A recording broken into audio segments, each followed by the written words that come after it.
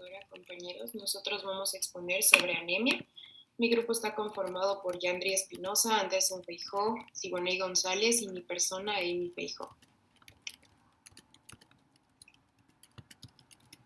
Iniciando con la presentación clínica de la anemia, esta puede ser anemia aguda o anemia crónica. La anemia aguda se debe a hemorragias agudas o hemólisis. La hemorragia aguda depende de la gravedad de la anemia. Y estos signos empiezan a presentar cuando existe una pérdida de la volemia del 10 al 15%, manifestándose con signos de inestabilidad vascular, como es hipotensión, dolor torácico o disnea. Más del 30% se presenta, la persona empieza a mantenerse en decúbito, presenta hipotensión postural y taquicardia. Cuando hay una pérdida de la volemia de más del 40%, se presentan signos de shock hipovolémico, como son la confusión, la disnea, la diaforesis, hipotensión y taquicardia. En los casos de hemólisis, este depende del mecanismo que activa la destrucción de los eritrocitos.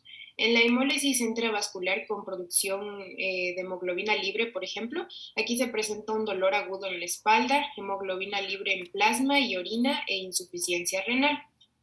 En cuanto a la anemia crónica, esta depende de la edad la gravedad va a depender de la edad y el aporte sanguíneo a los órganos principales. Entonces, en la anemia crónica de grado moderado va a presentarse fatiga, sensación de debilidad, disnea y taquicardia. Y en jóvenes este va a ser asintomático hasta que la anemia se vuelve de grado grave, es decir, una hemoglobina menor a 70 o 80 gramos sobre litros. Bien, sigamos. Ya, dentro de la anamnesis tenemos que tener en cuenta los antecedentes nutricionales del paciente, como una dieta pobre en carnes, huevos, lácteos, verduras y pescado, cereales y granos, entre otros. Y fármacos que pudieran resultar tóxicos, como por ejemplo los antibióticos, dentro de los antibióticos las cefalosporinas o también el consumo excesivo de algunos AINES. Los hábitos tóxicos como el consumo de alcohol, antecedentes familiares de anemia, síntomas como ya los habíamos mencionado antes, hay que tener en cuenta la fatiga, el malestar, la fiebre, la pérdida de peso y la diaforesis nocturna. Datos geográficos o de raza, hay que tener en cuenta el Medio Oriente, África y estadounidenses de raza negra, ya que ellos presentan deficiencia de glucosa 6-fosfato deshidrogenasa. Dentro del examen físico, podemos auscultar un latido cardíaco vigoroso, palpar pulsos periféricos intensos, un soplo sistólico de flujo. También hay que tener en cuenta la palidez de la piel y las mucosas, la exploración de los lechos ungueales y los surcos palmares. En este caso es muy importante los surcos palmares. Si estos llegan a presentar una coloración más clara que la piel adyacente cuando la mano está en hiperextensión, hablamos de que la hemoglobina puede encontrarse por debajo de los 80 gramos sobre litro. Dentro de la valoración de laboratorio es muy importante la biometría hemática, y aquí hay que tomar en cuenta todo lo que engloba la biometría hemática, desde el recuento eritrocítico, que tenemos la hemoglobina. Los valores normales son en el hombre de 13 a 18 gramos sobre decilitros y en la mujer de 12 a 16 gramos sobre decilitros. El hematocrito que nos indica la proporción de hematíes en sangre, que el valor normal es entre 40 y 50%. El recuento de reticulocitos es también muy importante, que lo vamos a hablar con más detenimiento más adelante, y su valor normal es del 1 al 2%. Dentro de los índices eritrocíticos, tenemos el volumen corpuscular medio, lo que nos indica el tamaño de los hematíes y nos ayuda también a clasificar a la anemia como normocítica cuando el valor es de 80 a 100 femtolitros, macrocíticas mayor a 100 y microcíticas menor a 80. La hemoglobina corpuscular media, que nos indica el color, vamos a tener las normocromas de 28 a 32 picogramos, hipercromas mayor a 32 y hipocromas menor a 28. La concentración media de hemoglobina corpuscular nos indica la concentración de hemoglobina en un volumen determinado de glóbulos rojos y su valor normal es de 32 a 36 gramos sobre decilitros. Otro parámetro del índice eritrocítico es la amplitud de la distribución del volumen eritrocítico y este nos va a indicar la variación en el volumen y en el tamaño de los glóbulos rojos. El valor normal es de 11,5 a 14,5%. En los índices leucocíticos vamos a tener el recuento diferencial que nos va a indicar la cantidad y proporción de todos los tipos leucocitarios. La segmentación nuclear de neutrófilos, también tenemos el recuento plaquetario, que su valor oscila entre los 130 a 410 a la tercera microlitros, y morfología celular como el tamaño de las células y el contenido de hemoglobina. Esto lo vamos a ver con mayor detenimiento más adelante. La determinación del aporte y la reserva de hierro nos indica la disponibilidad de hierro para la síntesis de hemoglobina. En los valores de laboratorio lo vamos a encontrar a la concentración sérica de hierro, que valora la reserva corporal total de hierro y su valor normal se encuentra entre 9 y 27 micromoles sobre litro. La TIBC, que es la capacidad total de fijación de hierro, nos indica la capacidad de la transferrina para transportar el hierro en la sangre y su valor normal oscila entre 54 a 64 micromoles sobre litro. El porcentaje de saturación de transferrina es el porcentaje de transferrina que está saturado con el hierro y el valor normal es de 25 a 50%.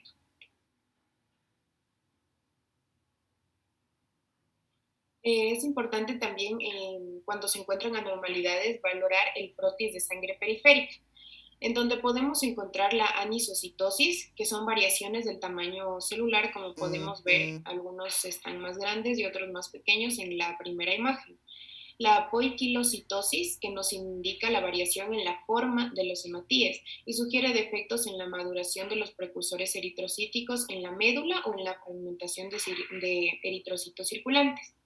También tenemos la policromasia, es la presencia de eritrocitos en un número mayor de lo normal y que tienen una coloración azul grisácea. Por otro lado, también tenemos los cuerpos de Howell-Jolly, que se presentan en vasos disfuncionales o en esplenectomía y son restos del núcleo del eritroblasto que no se separan del eritrocito y los podemos ver ahí en una coloración más fuerte. La dianocitosis, esto se presenta en las talasemia y hepatopatías y los podemos observar como un ojo de buey al eritrocito.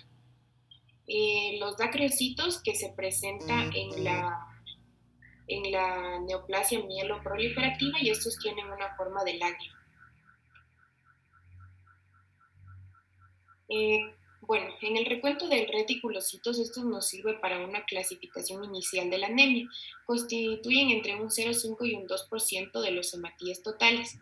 Así, podemos tener una anemia regenerativa o periférica y una anemia arregenerativa o central. En la anemia regenerativa vamos a encontrar un aumento de reticulocitos por destrucción aumentada de los hematíes o pérdida sanguínea. Y en la anemia regenerativa va a haber una disminución de los reticulocitos por la capacidad regenerativa de la médula ósea. Las causas de esta pueden ser trastornos de la maduración de los precursores eritropoyéticos por un defecto de síntesis de hemoglobina o del ADN. También lesión de células progenitoras comprometidas como la eritroblastopenia. Lesión de células progenitoras pluripotenciales como la anemia aplásica y síndromes mielodisplásicos. Ya, el estudio de la médula ósea. Cuando analizamos la médula ósea en sujetos con anemia hipoproliferativa y la concentración de hierro se encuentra normal, y que permite diagnosticar mielopatías primarias como la mielofibrólisis y alteración en la maduración de eritrocitos o como una enfermedad infiltrante. En la anemia hipoproliferativa de índice de reticulocitos menor al 2%, el cociente, perdón un ratito.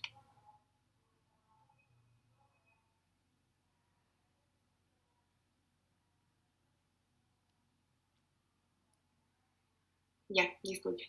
El cociente mieloide eritroide va a estar entre 2 o 3 a, o de 2 o 3 a 1. En la enfermedad hemolítica, el índice de reticulocitos va a ser mayor al 3% y el cociente ME va a ser de 1 a 1. Y trastornos de la maduración, va a haber una discrepancia con un cociente ME alto y un índice de reticulocitos bajos. Para tener como conocimiento, el ME normal va desde 1,51 a 3,1. Bien, ahora vamos a hablar un poco de lo que es la clasificación de la anemia. Sigamos. Bueno, aquí tenemos una clasificación inicial de la anemia, es la clasificación fisiológica, que tenemos que reconocer que existe otra clasificación de acuerdo a leve, moderada y grave, de acuerdo a la OMS. Primeramente, ahora nos vamos a fijar en lo que es la clasificación fisiológica de la anemia. Aquí vamos a marcar 3 diferentes grupos y luego vamos a ir estudiándolos cada uno a detalle. El primero, que podemos observar a nuestra izquierda, encontramos la hipoproliferativa. En este caso se van a caracterizar porque no existe un cambio notable, o si existe un cambio en lo que son los eritrocitos en la morfología, suele ser mínimo. Es por ello que encontramos lo que es la normocítica normocrómica. Entonces, nosotros aquí tenemos que mencionar que la hipoproliferativa es una de las alteraciones que se da por lo que es la producción medular, y esto corresponde al 75% de los casos. Esto hace referencia a que existe un fracaso absoluto o relativo de la médula. Entonces, el componente eritroide no suele proliferar bien. Además, aquí existe un bajo índice de producción de reticulocitos, que como sabemos son células inmaduras. Como dije antes, no existen cambios, o si existen cambios, estos son poquitos, por lo tanto, en la morfología es normocítica normocrómica. Sin embargo, también podríamos encontrar microcítica hipocrómica, como es el caso de la deficiencia de hierro. No se va a ver una hiperplasia eritroide en lo que es la médula y tiene una etiología, por ejemplo, aquí tenemos lo que es la lesión de la médula ósea, infiltraciones o fibrosis, aplasias y la anemia ferropénica, que luego también vamos a estudiar. Aquí, luego el segundo grupo que nosotros mencionamos es lo que es los trastornos de maduración de los eritrocitos, que es dada también por una eritropoiesis ineficaz. Aquí existe una elevación ligera o moderada del índice de producción de reticulocitos, o incluso este podría ser más bajo, porque aquí podemos ver incluso en esta gráfica que el índice es menor de 2,5. Los eritrocitos, en este caso, vamos a encontrar que podemos ser microcíticas o macrocíticas, hipocrómicas en el frote de sangre periférica. Aquí podemos encontrar lo que es una hiperplasia eritroide y el cociente de la médula eritroide es relación de 1:1. Bueno, el tercer grupo que tenemos que mencionar es dada por una hemólisis o hemorragia. A diferencia de las anteriores, el índice en cambio de producción de reticulocitos este es mayor a 2,5. Y es importante decir que encontramos lo que es la hemólisis, que es la muerte o el acortamiento debido de los eritrocitos o una cuestión hemorrágica. En la hemólisis existe un aumento de lo que es el índice de la producción de reticulocitos. Este suele ser 3 veces superior al valor normal en condiciones de que exista el hierro necesario a la síntesis de la hemoglobina. En caso de hemorrágico, el índice de producción no suele ser mayor de entre 2 y 2,5 veces el valor normal. En resumen, aquí se tiene que decir, y luego ya para entrar a hablar de cada una, se tiene que decir que si el índice de producción de reticulocitos es mayor de 2,5, se lo puede asociar tranquilamente a una hemólisis. Y si este índice es menor a 2, suele asociarse a una anemia hipoproliferativa o trastornos de la maduración. Bien, sigamos. Aquí vamos a hablar a detalle de cada uno de los tipos de anemia. La principal, bueno, acá vamos a hablar de lo que es la anemia hipoproliferativa. Este corresponde al 75% de todos los casos, como dije anteriormente, y refleja lo que es un fracaso absoluto o relativo de la médula. Puede deberse incluso a lo que es la lesión medular, a un déficit de hierro, o incluso se puede asociar a una estimulación insuficiente de eritropoyetina. Como sabemos, la eritropoyetina se da a nivel renal, por lo tanto se puede vincular a una alteración en la función renal Entonces, una supresión de la producción de eritropoyetina por las citocinas inflamatorias, como por ejemplo la interleuquina 1, se puede asociar a una disminución de esta. Aquí también hablamos de lo que es en casos de los diabetes mellitus. En este caso, por ejemplo, también en los mielomas, existe una deficiencia de la eritropoyetina y esta puede ser incluso más intensa que como la que ocurre en la insuficiencia renal. Aquí, como dije antes, algo característico de los eritrocitos es que son normocíticos y normocrómicos, es decir, no existe un cambio notable, por así decirlo, en lo que es su frotis. Aunque en situaciones de déficit de hierro, ya sea de un grado leve o dada por una inflamación crónica de larga evolución, puede observarse microcítica e hipocrómica. Bien, aquí también se tiene que decir que la anemia secundaria a inflamación crónica se puede asociar, por ejemplo, con concentraciones séricas de hierro, que son bajas, también un porcentaje de la saturación de transferrina, que suele ser baja, y la ferritina, que son los depósitos de hierro como tal, suelen ser elevados. Esta anemia asociada a lo que es la inflamación aguda o crónica puede vincularse a trastornos como por ejemplo la tuberculosis, es uno de los ejemplos. Esto se asocia precisamente a la hepcidina, que como sabemos la hepcidina va a destruir a la ferroportina, entonces no existe un paso de hierro. Y es aquí, por ejemplo, también encontramos la deficiencia leve o moderada de lo que es el hierro, a lo que nosotros conocemos como la anemia ferropénica. Entonces, la concentración de hierro, para yo decir que es una anemia ferropénica, ya adelantándonos un poco, la concentración de hierro suele ser baja. La saturación de transferrina también suele ser baja y las concentraciones de ferritina, es decir, los depósitos de ferritina suelen ser bajos, porque en el caso de la anemia ferropénica lo primero que se va como que sacando, porque no hay, son los depósitos. Bien, algo acá también hay que hablar de lo que son, aquí les he puesto una imagen de lo que es la anemia ferropénica que luego ya se va a explicar a detalle. Y aquí una de las imágenes que me llamó la atención, estas son, se puede asociar, por ejemplo, aquí vemos lo que son macrocitosis. Vemos que hay escasos granulocitos y aquí el volumen corpuscular medio suele estar aumentado y vemos también aquí pocos reticulocitos. Ya, sigamos, por favor. Vamos a hablar ahora de lo que son los trastornos de la maduración. En este caso vamos a encontrar un cambio dentro de lo que es la morfología de los eritrocitos. Aquí van a ser microcítica o macrocítica.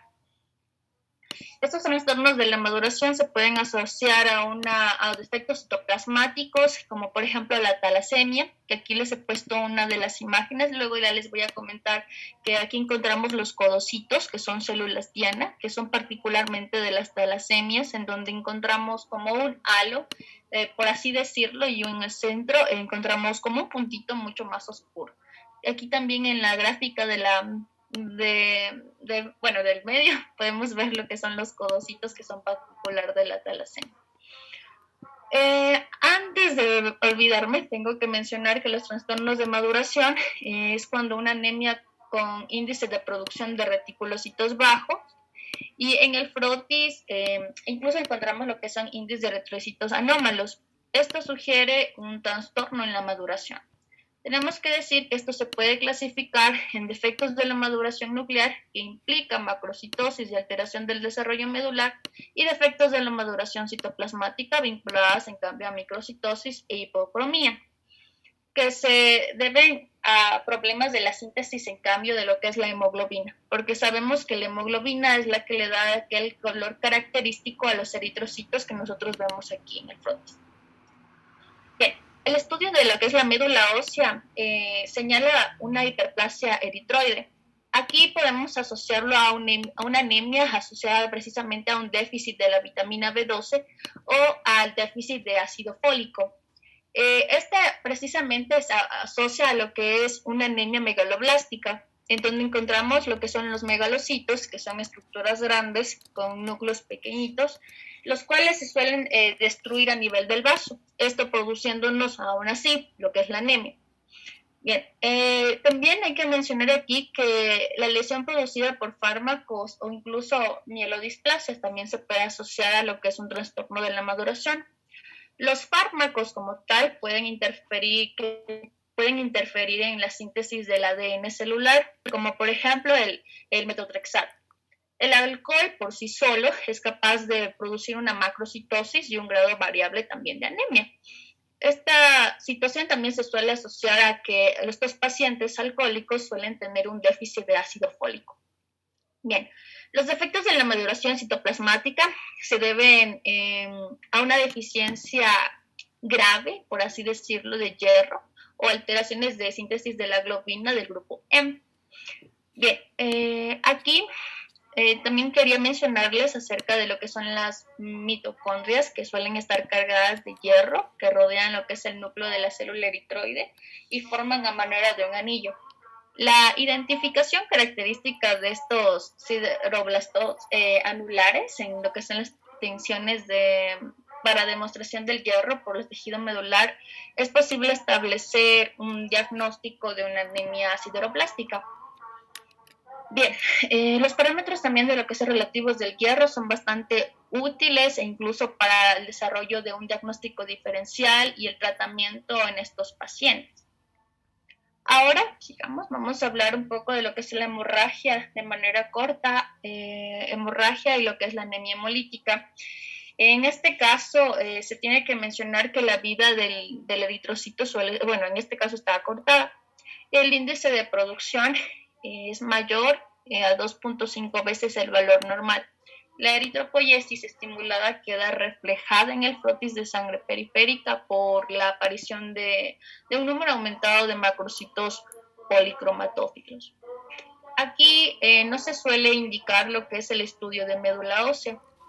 Es importante decir que la hemorragia aguda no se acompaña de un mayor índice de producción de reticulocitos debido al tiempo que requiere el incremento de la producción de eritropoyetina y por lo tanto la proliferación medular. La hemorragia subaguda a su vez se puede relacionar con una reticulocitis ligera. En caso de la anemia debido a una hemorragia crónica suele evolucionar como un déficit de hierro. La valoración de la anemia por la hemorragia suele ser sencilla. En ocasiones no es obvia la causa como tal de la anemia y el aumento de la producción de eritrocitos. Bien, finalmente hablar un poco de lo que es las anemias hemolíticas, que se presentan de formas diferentes.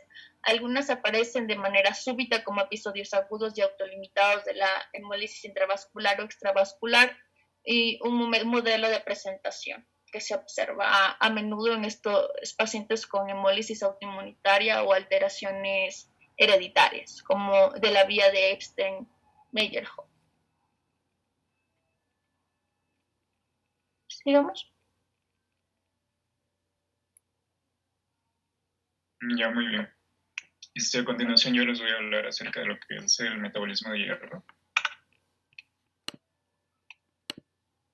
Ya, bueno, principalmente este elemento, el hierro, va a tener ciertas funciones, principalmente en procesos bioquímicos, también fisiológicos, por ejemplo, como en la oxirreducción de ciertos compuestos, que también es un transportador de electrones, de los citocromos principalmente, pues su principal función sería el transporte de oxígeno. Esto debido principalmente a que se encuentra albergado, por decirlo así, en el grupo E.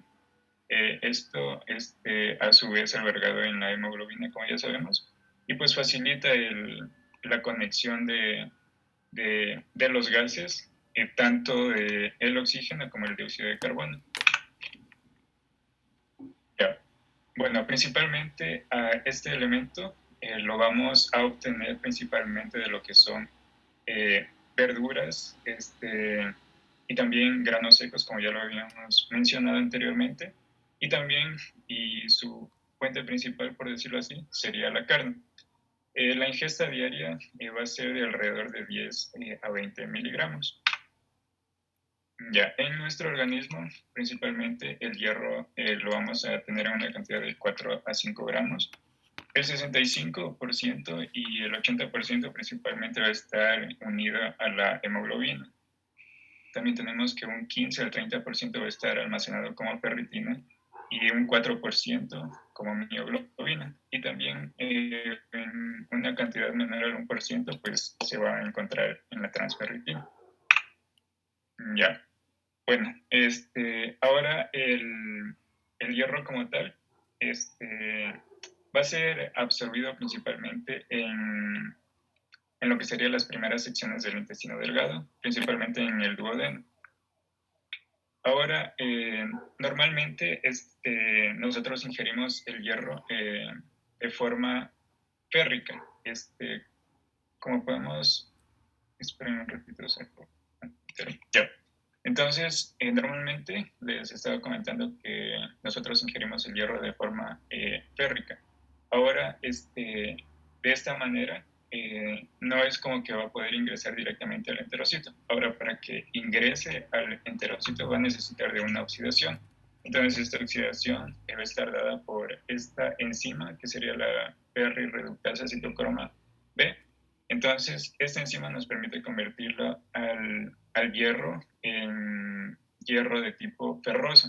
Entonces, como podemos observar, una vez que ya tenemos el hierro férrico convertido en hierro ferroso, va a ingresar al enterocito a partir de un cotransportador que sería transportador de metales divalentes 1, que sería el DMT 1, como podemos observar aquí. Ya, entonces, una vez que ingresa el hierro de tipo ferroso, Fe2, ingresa el hierro y también una molécula de hidrógeno. Ya. Ahora también tenemos el grupo hemo, por decirlo así. Esta sería su fuente principal, pues mediante el consumo de carnes. Bueno, el hierro férrico principalmente es consumido, por decirlo así, a través de la fuente de verduras principalmente. Ahora, ante la ingesta de carne, por decirlo así, sería facilitado el ingreso directamente hacia el enterocito. Ahora, para que el grupo hemo ingrese, entonces necesitaríamos de otro cotransportador que sería el HCP1. Ya, entonces aquí ingresaría el hemo y se va a dividir dentro del enterocito en bilirrubina y también vamos a obtener el hierro como tal en estado ferroso. Ahora, una vez dentro del enterocito, pues tenemos dos opciones. La una es que una parte se va a quedar dentro del enterocito, pues se va a almacenar como ferritina. Y el segundo camino, por decirlo así, es que va a ingresar a la circulación. Entonces, una vez que tenemos el hierro férrico, para que éste pueda salir hacia la circulación, va a tener que atravesar lo que sería la proteína ferroportina. Ahora, una vez que el hierro ferroso sale hacia la circulación, necesita de esta enzima, que sería la efastina, que va a permitir convertir lo que sería el hierro ferroso en hierro férrico nuevamente para su transporte. Ahora, una vez que el hierro férrico se une en lo que sería la circulación o en el vaso sanguíneo, como podemos observar, se convertiría como tal ya la apotransferrina, que se circula libre por el vaso sanguíneo. Una vez que se une al hierro férrico, se va a convertir en transferrina. Ahora, una vez que tenemos a la transferrina en la circulación, esta de aquí, pues se va a dirigir principalmente a lo que sería a la médula ósea en un 80%, o sea, en su gran mayoría, y también al hígado. Ahora, en la médula ósea principalmente, pues se van a alojar lo que sería el eritroblasto. Ahora, para que esta transferrina pueda ingresar al eritroblasto, pues lo va a hacer mediante una endocitosis, esto lo va a facilitar lo que sería el receptor de transferrina. Y pues una vez adentro, ya, entonces tenemos una vez que está adentro la transferrina como tal, van a existir tres hidrógenos que van a ingresar hacia lo que sería la transferrina. Entonces aquí es como que el medio interno de esta, se me fue el nombre, bueno, de esta, ay, se me fue el nombre. Bueno, digamos, de este contenedor, se va a convertir en un medio más ácido, entonces el pH va a descender por el ingreso de estos tres hidrogeniones. Entonces, una vez que pasa esto, pues van a existir nuevamente dos opciones. O sea, va a pasar que vamos a obtener una nueva proteína, se va a activar una nueva proteína de DMT, que sería el transportador de metal divalente. Entonces, aquí va a poder salir el hierro nuevamente, de tipo férrico. Y a continuación, el segundo paso, por decirlo así, una vez que el pH desciende, pues sería que esta apotransferrina, aquí ya sería apotransferrina porque se deshace de los dos hierros que teníamos. Entonces va a salir del eritroblasto a la circulación nuevamente por exocitosis. Entonces es como que nuevamente esta apotransferrina va a regresar de nuevo a cumplir sus funciones de transporte. Ya, también podemos mencionar que en la médula ósea, pues el hierro ingresa a los eritroblastos para formar parte de la hemoglobina y poder cumplir su función como transportador de oxígeno principalmente. En el hígado, el hierro se va a almacenar en forma de ferritina o hemosiderina, esto en los hepatocitos. Y también, los macrófagos lo que van a hacer en sí principalmente, como ya sabemos, en el vaso, van a fagocitar los eritrocitos y van a degradar su hemoglobina en globina, y pues aquí vamos a obtener también el grupo hemo. Entonces vamos a reciclar nuevamente lo que sería el hierro. Ya, ahora ya la epsidina. La epsidina es una proteína, pues esta proteína es, por decirlo así, la maestra en la regulación de hierro. Principalmente va a disminuir la cantidad de hierro que ingresa a la sangre. ¿Cómo lo va a hacer? Pues principalmente va a disminuir la absorción de hierro en el duodeno, y también, como podemos observar en esta gráfica, va a inhibir lo que sería la ferroportina, que si recordamos, pues es la salida del hierro ferroso, y la efastina, pues que va a convertir el hierro ferroso en hierro férrico para su transporte. Entonces, todo esto de aquí va a hacer que exista una disminución del hierro como tal. Ahora, los factores que afectan a la absorción de hierro, pues tenemos factores que aumentan y que disminuyen la concentración de hierro. Entre los que aumentan tenemos principalmente el ácido ascórbico, los aminoácidos, también los azúcares, la hipoxia y el déficit de hierro. Ahora, los factores que disminuyen el hierro sería el síndrome de mala absorción. Ciertas investigaciones han encontrado que el café o el té pueden reducir su absorción en un 60%, y también el arroz y el trigo. Cabe resaltar que la excreción diaria de hierro va a ser menor en los hombres. Esta va a ser aproximadamente de 0.9 a 1.5 miligramos. Bien puede ser por vía urinaria, fecal, bilis, también por descamación cutánea, y por otro lado, pues tenemos que las mujeres, como mínimo, en cambio, van a excretar una cantidad de 1.6 miligramos. Esto debido a las pérdidas de sangre que van a sufrir durante la menstruación. Ya, ahora, ¿qué puede provocar la deficiencia de hierro? Bueno, principalmente las pérdidas sanguíneas crónicas, el consumo dietético insuficiente de hierro y la mala absorción, que ya lo había mencionado anteriormente, y también una hemólisis intravascular pues pueden causar un déficit de hierro y esto a la vez nos puede conllevar a la bien conocida anemia. Ya, bueno, hablando como tal de la anemia ferropénica o de la ferropenia, pues como ya se venía mencionando, es una de las formas más prevalentes que existe de desnutrición, lo cual podemos evidenciarlo ya que pues a nivel mundial la mitad de los casos de anemia refieren que como causa tiene pues el déficit de hierro y también pues lo mismo pasa con 1 millón de muertes anuales que hay en el mundo y por mencionar pues las regiones más afectadas, porcentualmente en un 71% principalmente Asia y África, y pues también se incluye en la bibliografía lo que es Estados Unidos en un 1.4%. Bueno, como tal, la anemia ferropénica pues se va a desarrollar en lo que son 3 fases. La primera de ellas es el balance negativo del hierro, que pues hace referencia a la etapa en la que las pérdidas o las necesidades de hierro van a superar pues en cantidad a lo que puede el organismo absorber como tal a través de la alimentación y de la dieta. Y pues se pueden producir por varios mecanismos fisiológicos, entre los principales que podemos reconocer, pues las hemorragias de cualquier tipo, sea agudo o crónica.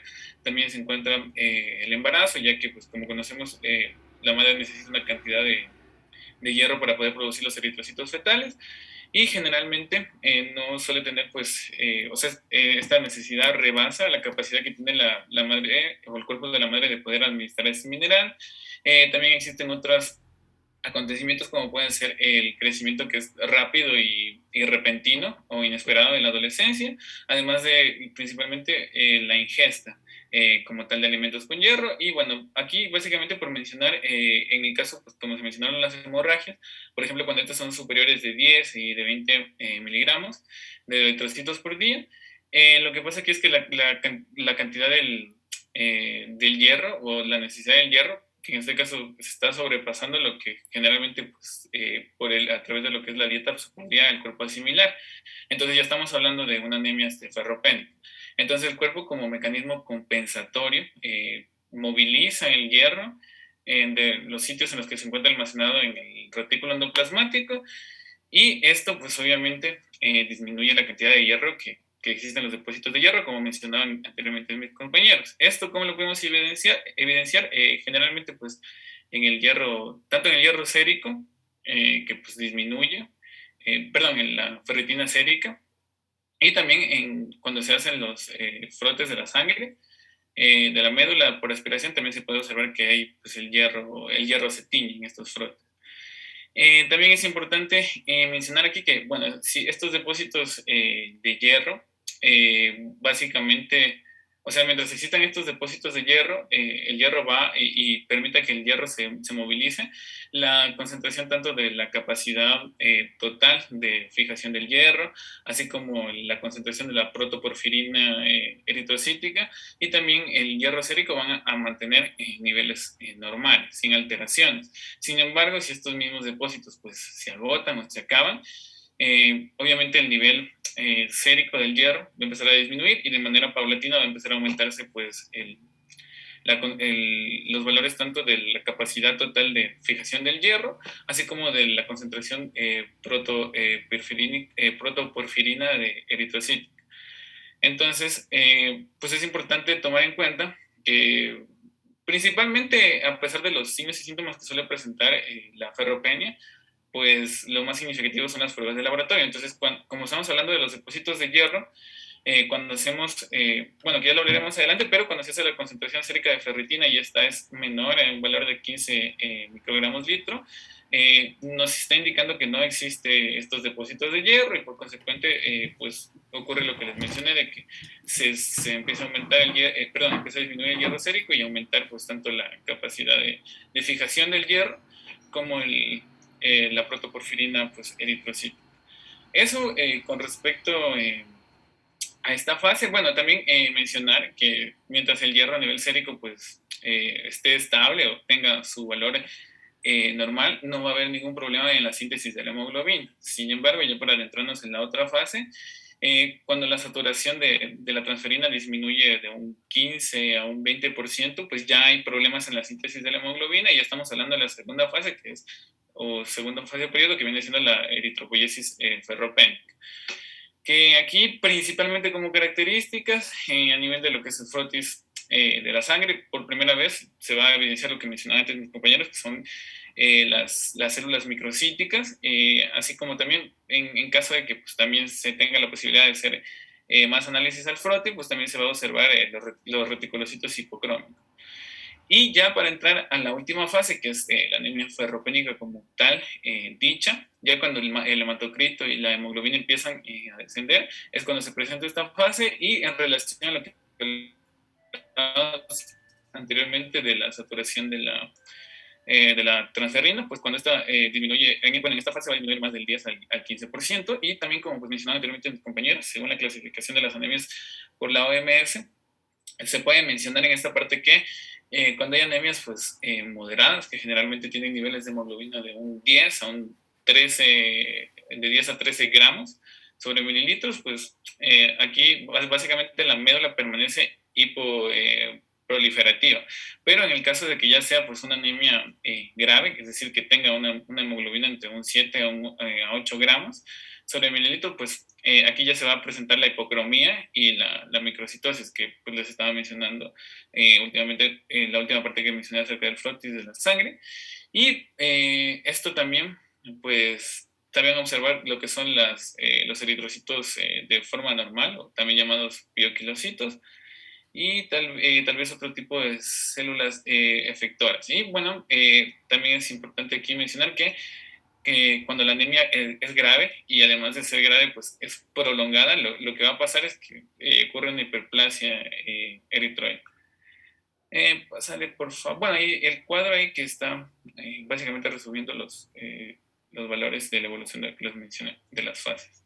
Y ahora sí, pásale, por favor. Bueno, respecto a la etiología, generalmente son fenómenos que o aumentan incrementan pues la pérdida del hierro, o incrementan o disminuye o incrementan pues la demanda del mismo, o a su vez es por disminución de la absorción o de la ingesta. Entonces, básicamente cuando estamos hablando acerca de lo que es el aumento de la demanda del hierro, va a darse en circunstancias como la mencioné anteriormente del embarazo, en crecimientos rápidos y abruptos o repentinos como puede ser la infancia, la niñez, la adolescencia, y también en el tratamiento con la eritropoyetina.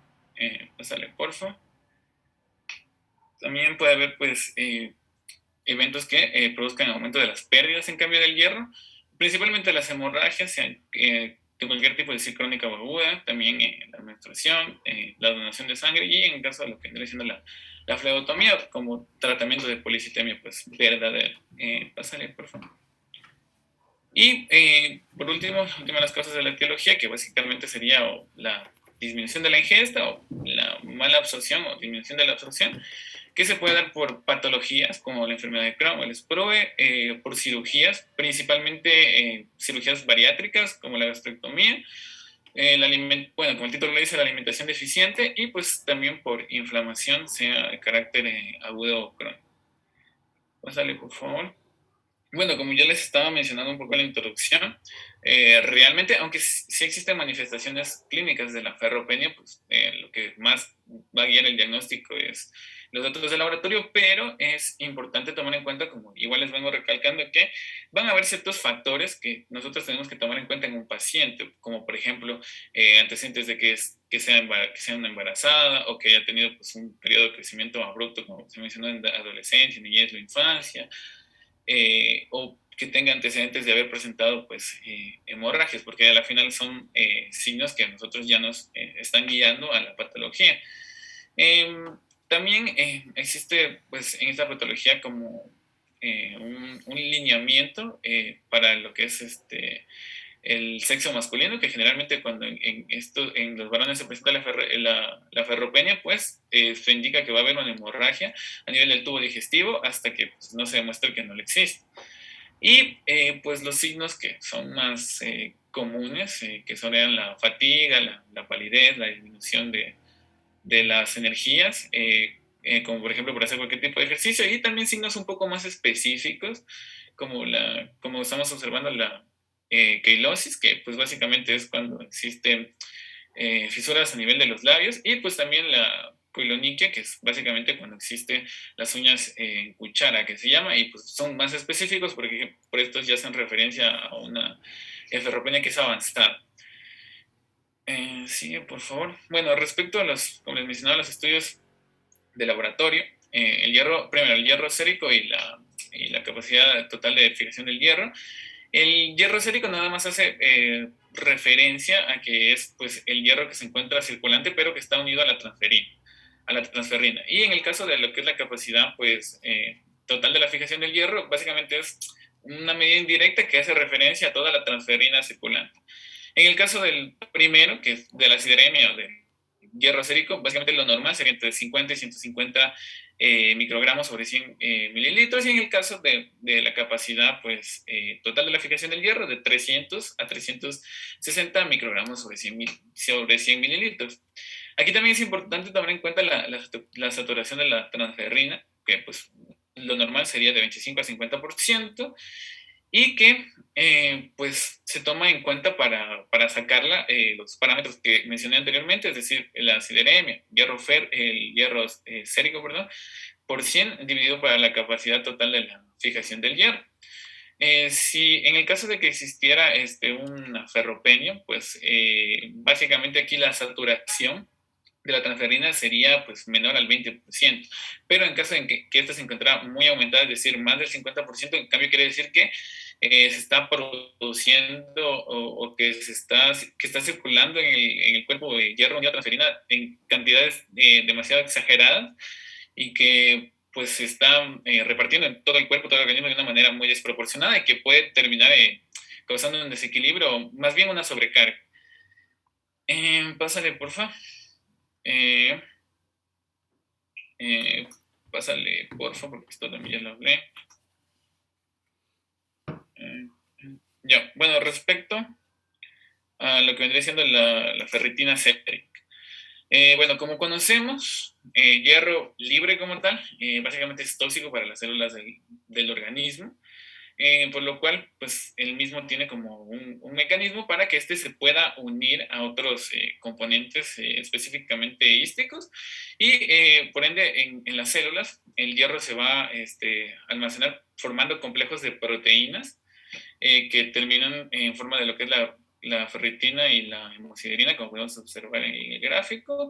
Y pues básicamente, como ya mencionaron anteriormente, aquí tenemos la apoferritina, que es la que se une al hierro libre, y esta permite que se vaya, pues, la apoferritina, perdón, y bueno, luego la ferritina se va acumulando en el centro de las células, específicamente en el sistema del retículo endoplasmático, y a medida que se va acumulando va formando más y más complejos de proteína hasta que forma la hemosiderina, y en tanto de la ferritina como de la hemosiderina se puede extraer esta concentración de hierro por parte de células del aparato o del sistema, perdón, retículo endoplasmático.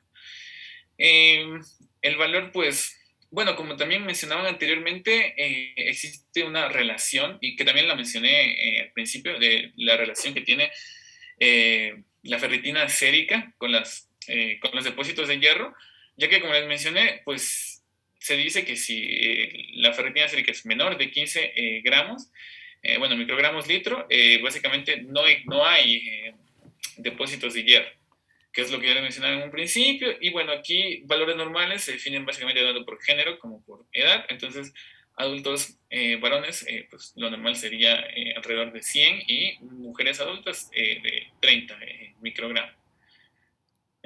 Pásale, porfa.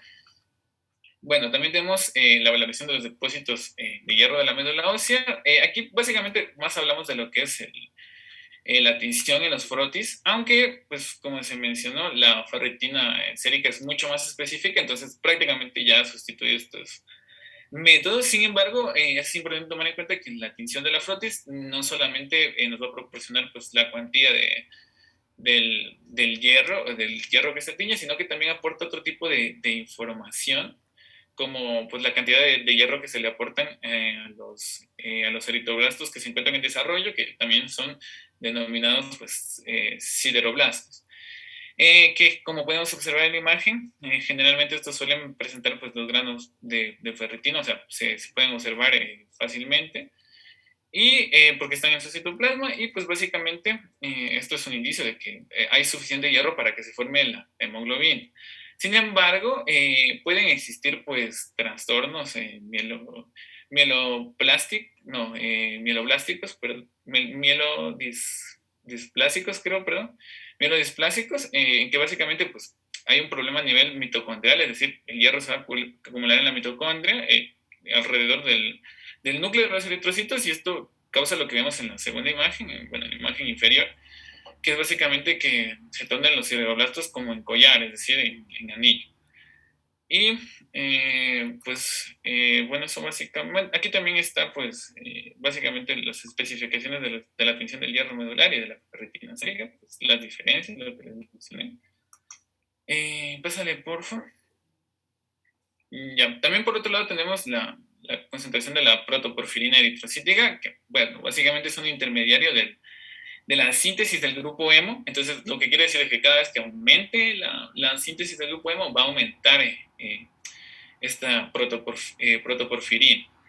Entonces, esto pues indica que no hay una administración o que no hay una concentración correcta del hierro para que se formen los precursores de los eritrocitos. Entonces, para poder formar la hemoglobina. Entonces, básicamente aquí tomar en cuenta que los valores normales deberían ser menores de 30 microgramos, pero sin embargo cuando hay la ferropenia van a ser mayores a 100.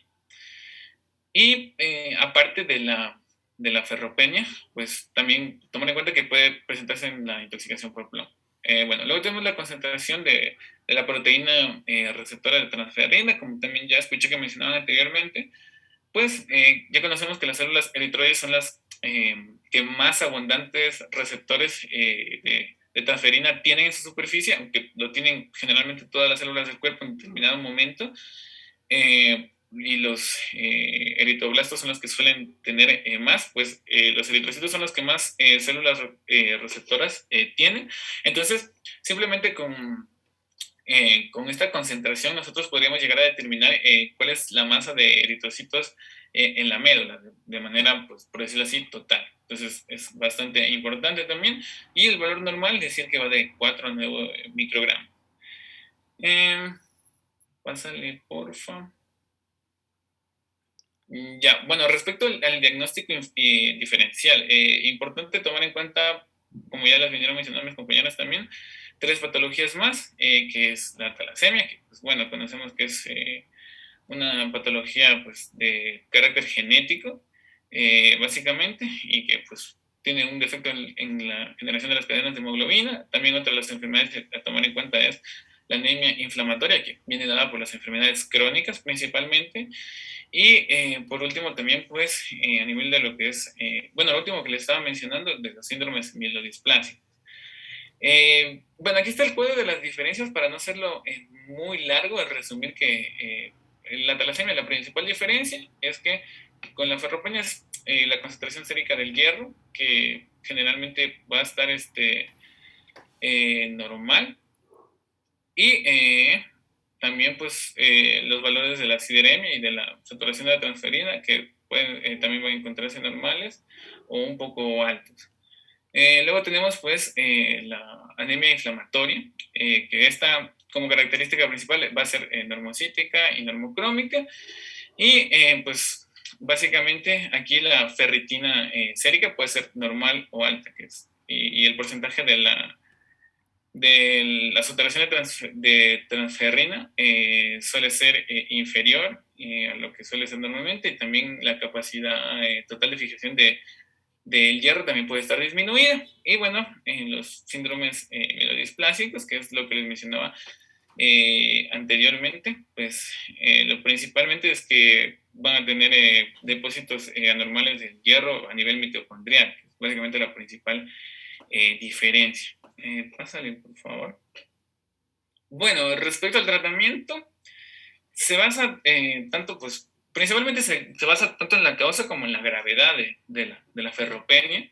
Aquí hay 2 imágenes que he puesto como ejemplo porque pues, se manifiesta que, por ejemplo, en el caso de una persona de adulto mayor que tenga síntomas, van a necesitar una transfusión de eritrocitos. Sin embargo, una persona que sea más joven y que tenga una anemia, por ejemplo, asintomática, puede ser suficiente con un tratamiento oral. Esto es solo un poco para guiarnos que el tratamiento se da de acuerdo a las condiciones del paciente, como les digo, causa y gravedad.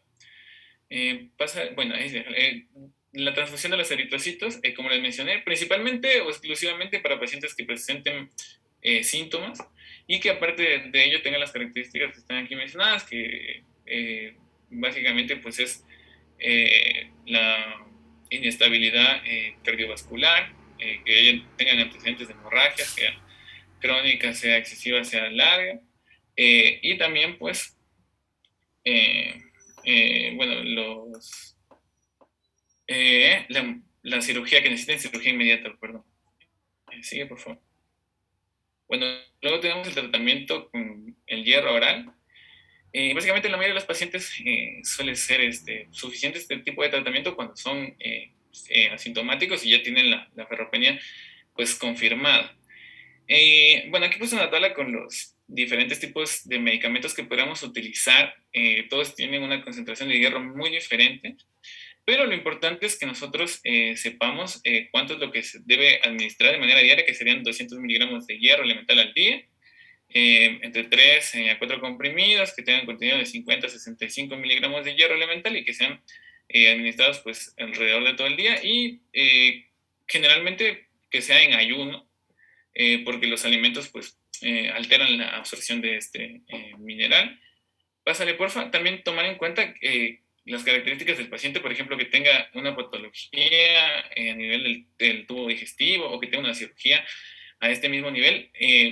De preferencia, bueno, de hecho el tratamiento es solo con soluciones de hierro, porque pues obviamente por su condición la reabsorción pues se va a disminuir. Entonces de los 200 miligramos que nosotros mencioné anteriormente que deberíamos administrar, solo 50 realmente serían aprovechados o serían absorbidos pues al día. También, bueno, antes de pasar a las complicaciones, mencionar que es muy importante tener en cuenta que el tratamiento en la anemia ferropénica no es solo correctivo, es decir, no trata solo de corregir la anemia, sino que también de dejar ciertos depósitos de hierro, por lo menos de 0.5 a 1 gramo de hierro, y por eso es que el tratamiento es importante que una vez que ya la anemia sea como corregida, siga posterior de por lo menos de 6 a 12 meses para que queden estos depósitos. Y pues de las complicaciones del tratamiento vía oral, las más frecuentes son a nivel digestivo y van a ser pues como se observa dolor abdominal, perdón, náusea, vómito y el estreñimiento.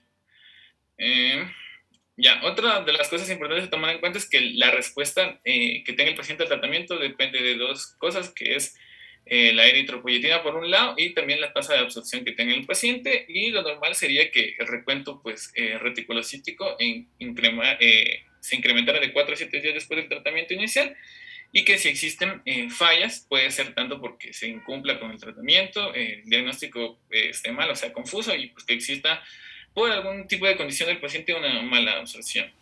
¿Y cómo comprobar pues, la absorción del hierro en caso particular de cada paciente? Pues mediante la prueba de tolerancia del hierro, que sencillamente pues, es con el paciente en estómago vacío para evitar que los alimentos alteren los resultados, administrar 2 comprimidos y después de 2 a 3 horas hacer el seguimiento a nivel sérico, es decir, medir el hierro a nivel sérico, y constatar que lo normal sería que exista un aumento de 100 microgramos.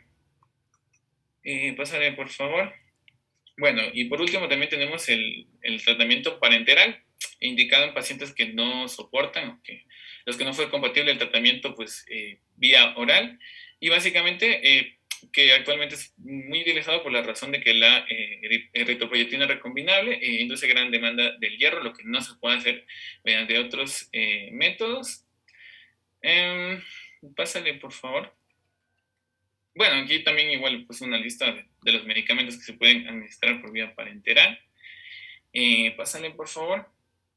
Bueno, importante mencionar que son 2 las maneras en las que se puede pues, emplear este tratamiento, básicamente. La una es administrar de manera total, o sea, la dosis total de hierro que se necesitaría para corregir la anemia, y además de eso, pues dejar un depósito de 500 miligramos, o la otra forma, que es pues depositar dosis pequeñas en periodos prolongados de tiempo, lo que por ejemplo puede ser muy común en las unidades de diálisis, que suelen administrar por ejemplo de 100 miligramos por 10 semanas. obviamente tomando en cuenta las comorbilidades de los pacientes. Y pues bueno, por mencionar la fórmula para sacar la cantidad de hierro necesaria del paciente, el peso corporal por 2.3 por 15 menos la hemoglobina del paciente, más 500 o 1000 miligramos, que son los depósitos. Y bueno, como las principales complicaciones que se podrían presentar, pues las reacciones anafilácticas, las artralgias, las erupciones cutáneas y la febril. Bien, chicos, ahora vamos a hablar acerca de lo que es un caso clínico. Bueno, después de hablar tanto. Siboney, esperemos por favor, son 5 minutos, son las 17:10, a las 17:15 nos volvemos a conectar. Levántense un momento, estírense, tomen agua, vayan al baño y regresen. ¿Sí? Gracias.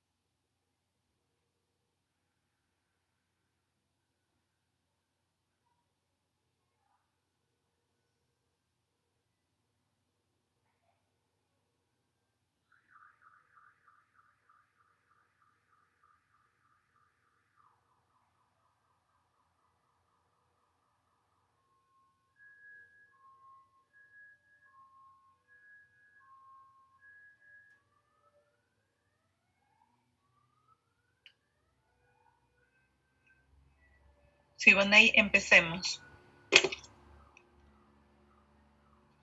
Ya, Doc.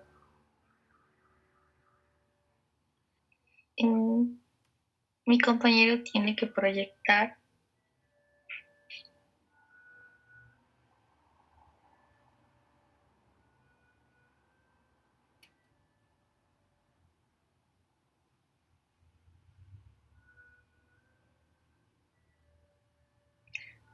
¿Quién tiene que proyectar? ¿Anderson? No, Yandri. Yo lo proyecto. Gracias.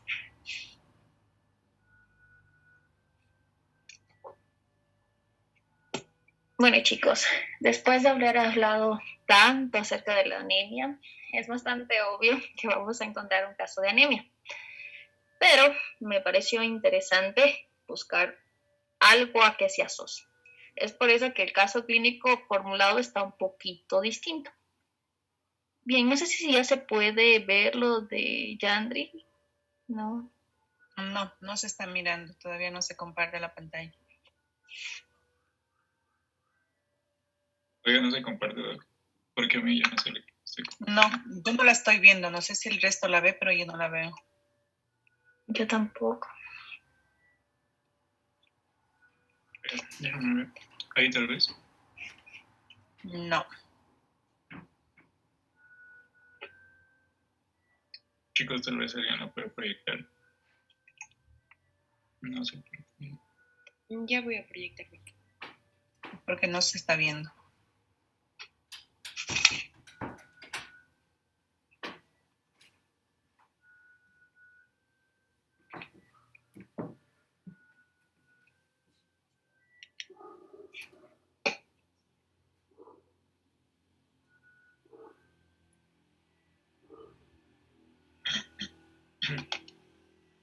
Listo, chicos, como les decía, luego de haber hablado tanto de anemia, vamos a hacerlo a propósito de un caso. Pero, y Laura les aviso, que este caso se asocia, claro, esta anemia, pero hay algo detrás.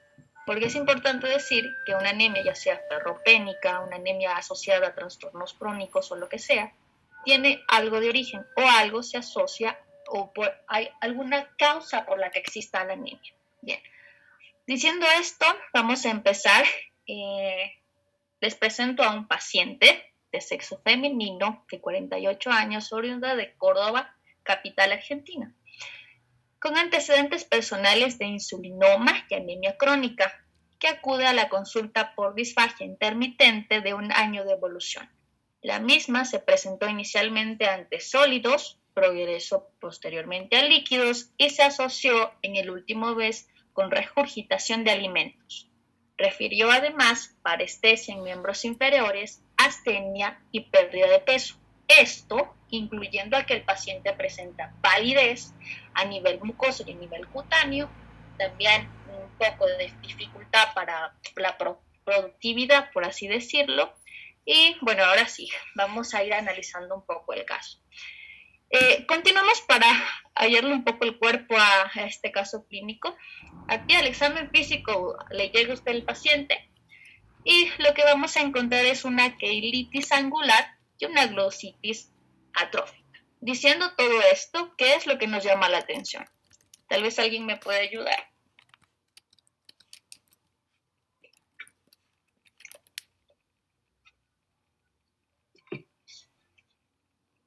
No sé si está David Villamagua.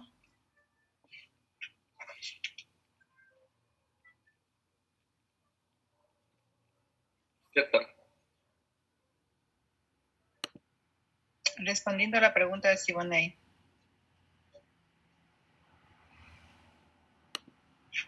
Listo, David. Mira, aquí te cuento la historia de una paciente de 48 años que, bueno, tiene antecedentes de anemia crónica, y es algún dato importante. La paciente presenta disfagia porque presenta inicialmente progresiva, inicialmente para sólidos y luego para líquidos. Se asoció la última vez con una regurgitación de alimentos, presenta parestesia de miembros inferiores, astenia, pérdida de peso. Son datos relevantes, ¿no es cierto? Al examen físico tienes esto. El paciente tiene queilitis angular y lengua de papilado. La queilitis angular, y en la exposición se lo dijo, ¿a qué se puede asociar? Diciendo que tiene una anemia crónica.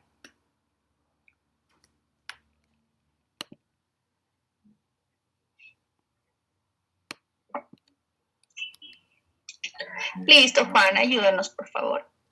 Ramiro. O sea, de lo que habían mencionado es que este es un síntoma característico de una ferropenia que ya está avanzada. Igualmente, por los datos que mencionaba, será ya de un año de evolución. Entonces creo que podría concordar con esto. Exacto. Muy bien, muchas gracias por la participación. Exactamente. Y yo lo que quería mencionarles es que la paciente presenta antecedentes de anemia crónica. Y en el libro incluso nos mencionaba que la anemia aguda se puede asociar a hemólisis y hemorragia. Entonces, por ahí vamos descartando un poquito, ¿no es cierto? Pues ahora vamos a hablar de una anemia ferropénica. Pero esto de acuerdo a la clínica. Pero aún así, diciendo que es una paciente femenina, me gustaría decir que en la historia clínica nos faltan más datos. ¿Por qué? Porque tenemos que conocer historia de la paciente de lo que es la menstruación, de la alimentación. ¿Por qué me interesaría la alimentación? Grace. Un punto importante a conocer es que la paciente mencionaba que progresivamente comenzaba a tener dificultad para la deglución como tal. Entonces habría que investigar qué tipos de alimentos le pueden llegar a afectar. Exacto, muy bien.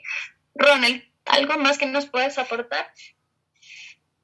Yo pensaba en que la alimentación es importante porque si consume carne o no, esto tiene que ver con la vitamina B12 y así ver por qué hay la descompensación de hierro.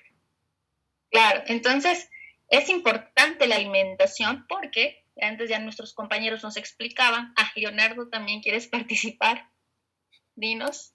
Bueno, sí, igualmente en cuanto a la alimentación es importante para complementar lo que dijo mi compañero Ronald, que bueno, que hay también algunos, por ejemplo, como estuvo mencionando, que los azúcares aumentan, digamos, la absorción de hierro, y también en cambio hay otros tipos de alimentos que vienen a disminuirla, a esta absorción de hierro, como se está mencionando era el café o el té, y también estaba entre ellos el arroz y el trigo.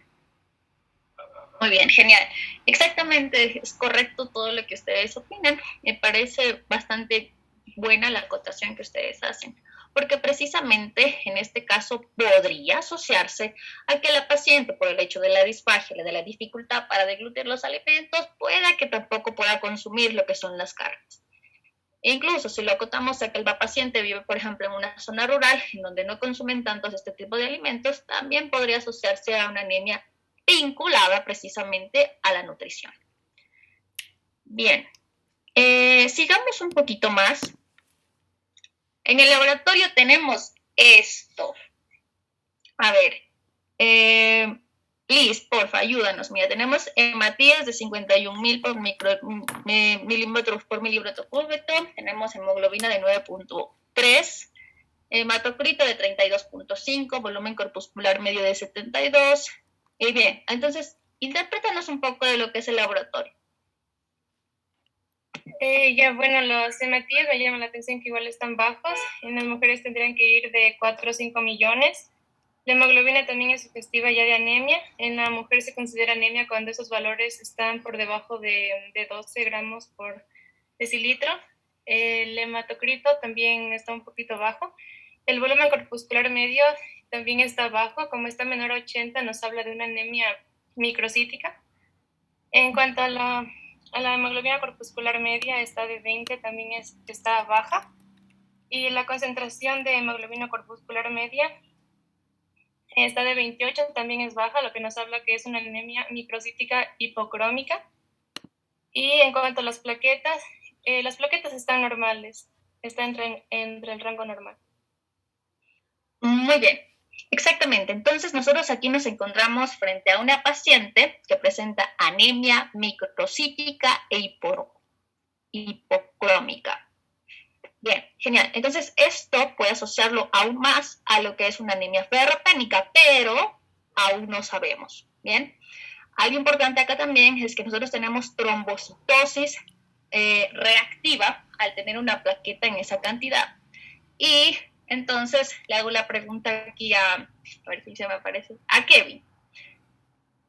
Teniendo esto en laboratorio, solo estos datos, ¿es importante valorar el perfil del hierro?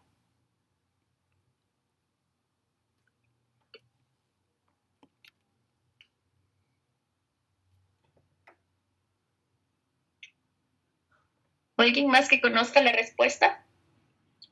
Teniendo a nuestra paciente que está así, ¿es importante pedir perfil de hierro?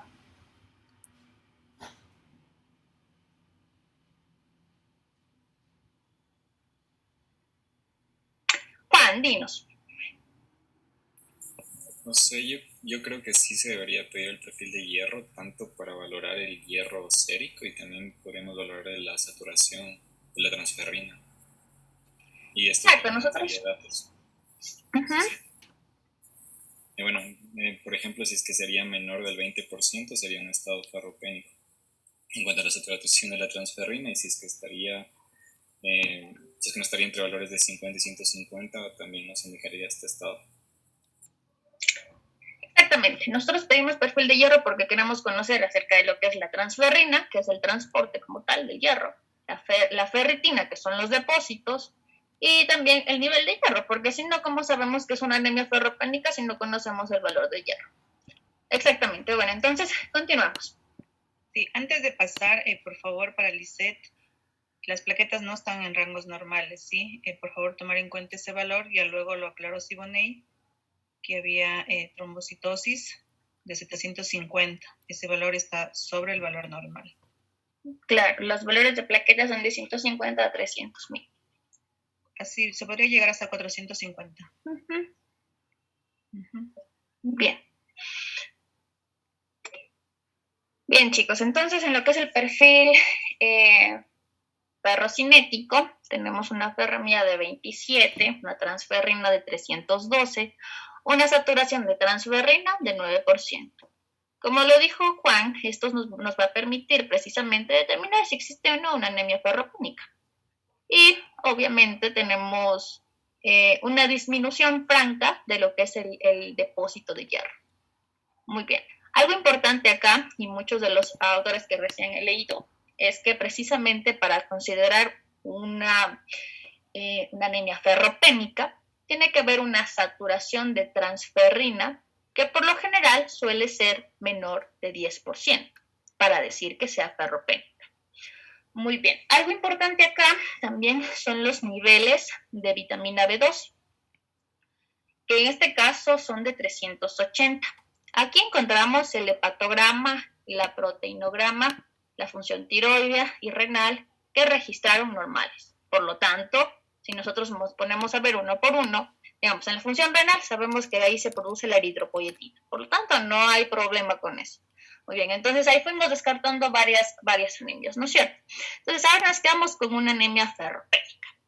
Ahora sí, volviendo al caso clínico y reconociendo factores, bueno, con la clase de anemias, ¿no? Llegamos a la conclusión de que es una anemia ferropénica. Excelente. Pero el paciente tiene disfagia. Entonces, yo dije que la paciente perdió peso.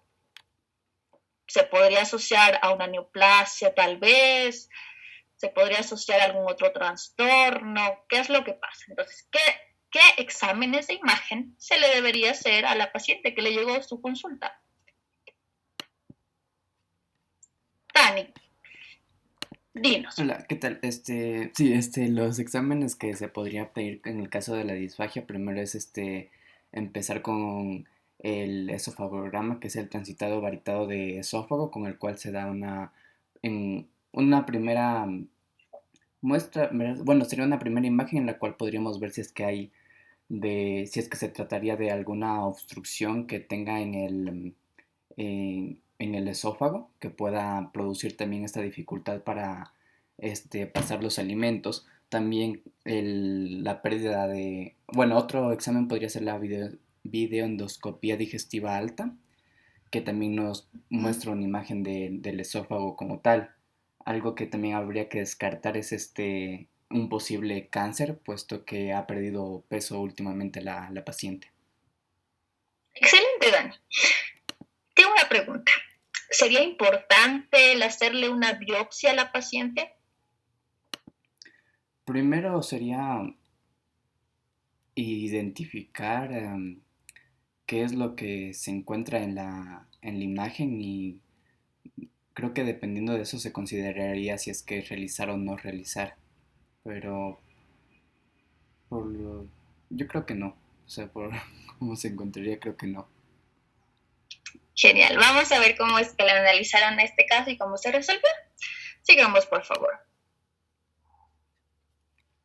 Aquí vemos los exámenes que se le hicieron a la paciente y qué procedimientos también se le hicieron. Aquí se le efectuó el tránsito esófago-gastroduodenal, y aquí lo que se observó en la paciente es que a nivel esofágico superior había una presencia de una ligera membrana que no permitía que el contraste que se le colocó a la paciente descendiera. Bien, aquí podemos ver la primera imagen. Entonces, se le programó una realización de la videoendoscopía digestiva alta, como mencionó nuestro compañero, y lo que se encontró es la presencia de, si podemos observar acá, una membrana grisácea en el tercio superior esofágico. Esto ocupaba más o menos el 25% de la circunferencia. Muy bien. Aquí no se evidenciaron alteraciones patológicas significativas en el duodeno y en el estómago. Y algo importante acá es que tomaron la decisión de hacerle una biopsia. Y luego vamos a saber qué fue lo que se le encontró. Muy bien, acá en la tercera imagen hablamos de que a la paciente se le realizó una dilatación esofágica en 3 tiempos con un balón neumático, que ya hemos visto en gastro también, de expansión radial controlada, hasta un máximo de 12 atmósferas. Aquí no hubo complicaciones inmediatas ni tardías por el procedimiento. Entonces, ¿qué fue lo que se le encontró en la biopsia?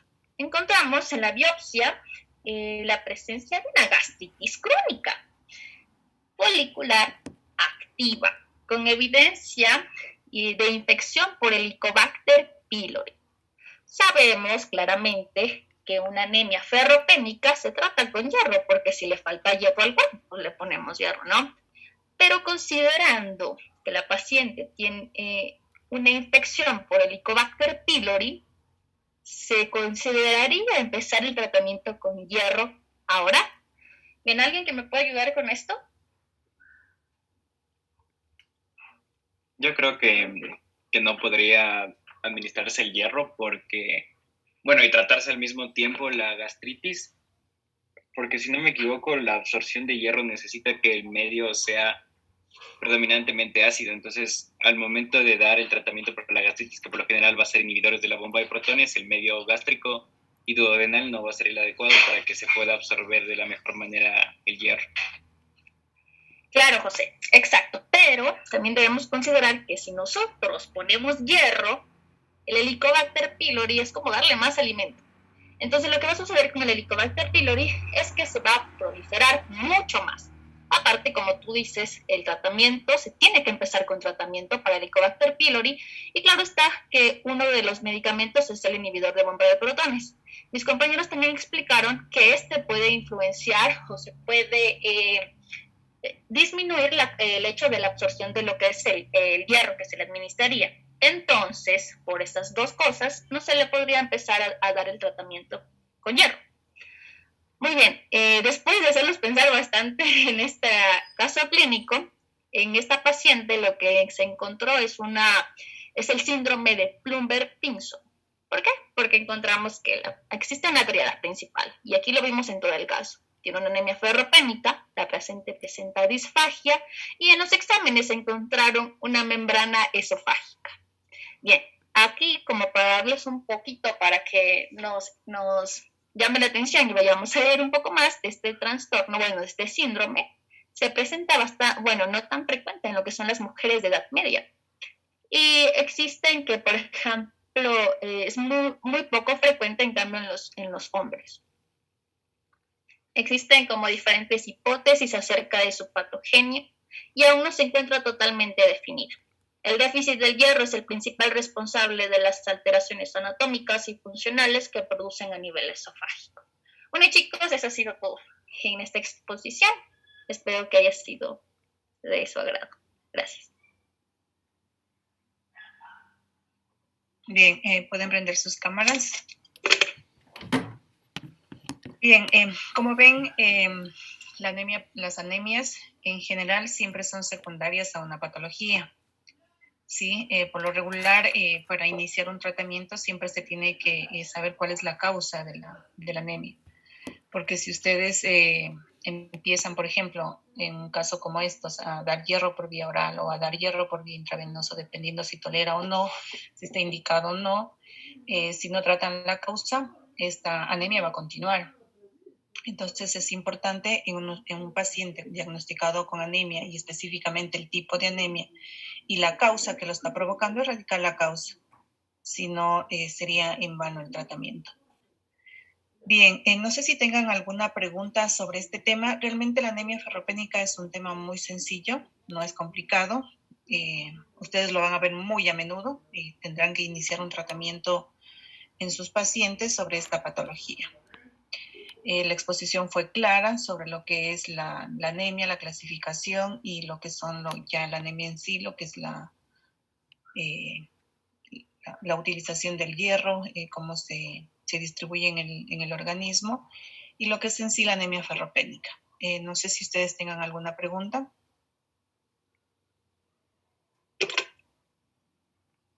Doc, yo tengo una pregunta. Dígame.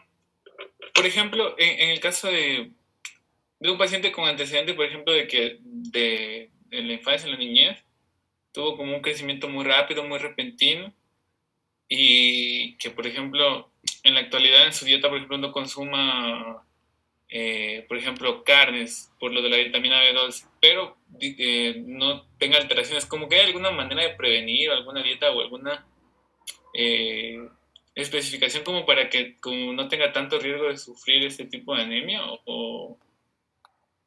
Bien, hoy en día está muy a la moda las dietas que llaman comúnmente, que son maldichas. Lo que hoy se debe decir es una alimentación saludable. Consumir los diferentes grupos alimenticios en los que son proteínas, lo que son carbohidratos, lo que son las legumbres y frutas. ¿Sí? Esas tienen que estar siempre balanceadas, o sea, tienen que consumir todos los grupos. Si no consumen carnes, hay personas que consumen lo que son los granos secos, y el grano seco también es rico en lo que es el hierro y también en otro tipo de proteínas.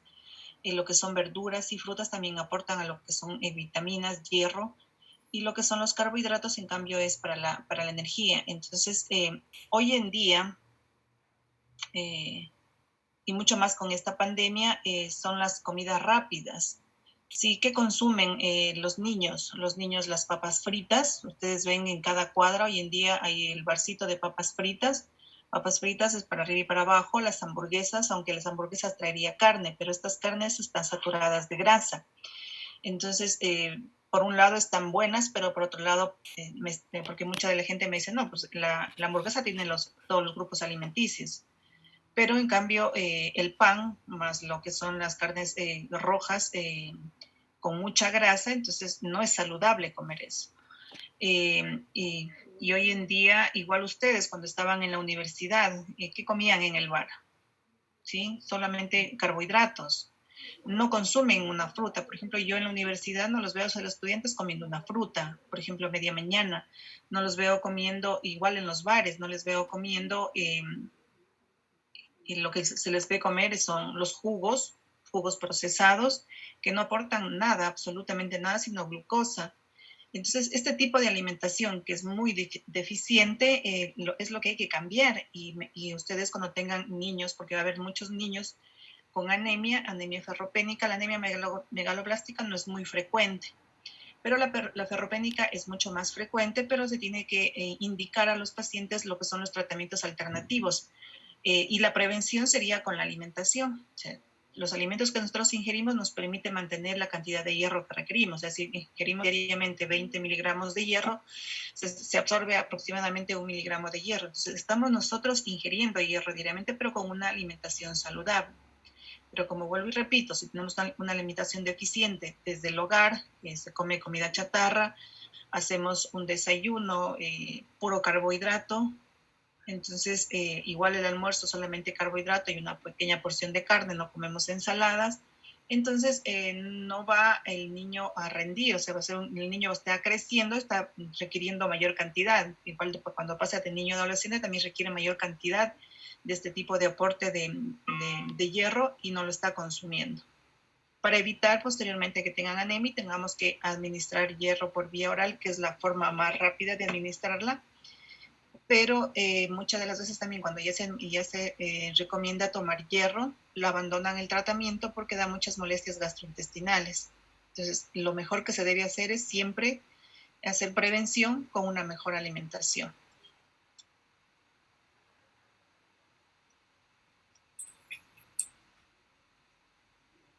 Ok, ¿alguien más? Sí, una pregunta. Bueno, en cuanto a los niños, por ejemplo, les dan hierro, pero hay algunos medicamentos que les provoca caries o algo así es. Entonces, en ese aspecto, ¿qué alternativa se tomaría? En los niños no provocaría caries, más bien lo que es mancha los dientes, ¿sí? Las caries se dan por otro aspecto, pero en este sentido siempre se debe comunicar de que posiblemente se manchen los dientes, pero eso cuando se abandona el tratamiento, o sea, cuando deja de consumirlo ya, eso pasaría sin ningún problema.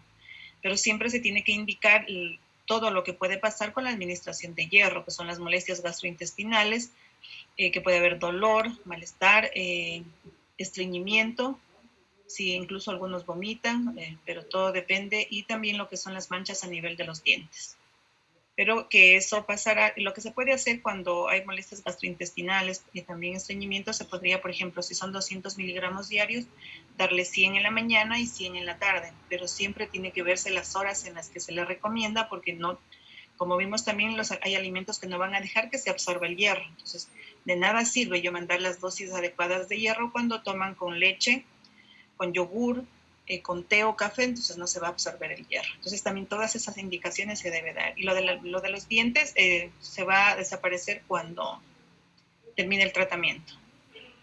Y no todos les da estas alteraciones. Ya, gracias.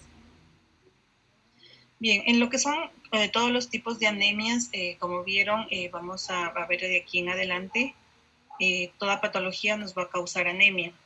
En ese sentido también vienen los diferentes tipos de tratamiento y lo importante es realizar una buena anamnesis y un examen físico.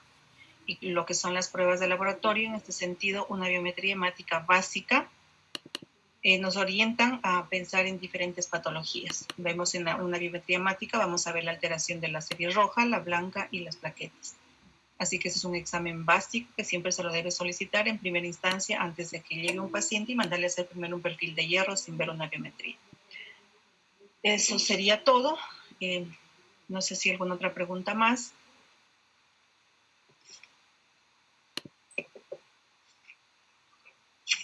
No se puede tal vez quedar un minutito al final, por favor. Ok. Para la siguiente semana vamos a ver anemia megaloblástica. Igual de Harrison está María José, Kevin, Joana y Dani Jiménez.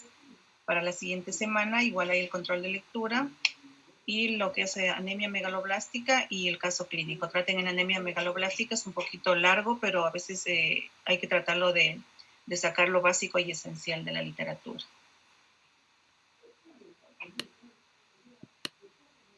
Eso sería todo. Sin más, nos vemos la próxima semana y los que quieran quedarse, por favor, al final, no tengo ningún inconveniente.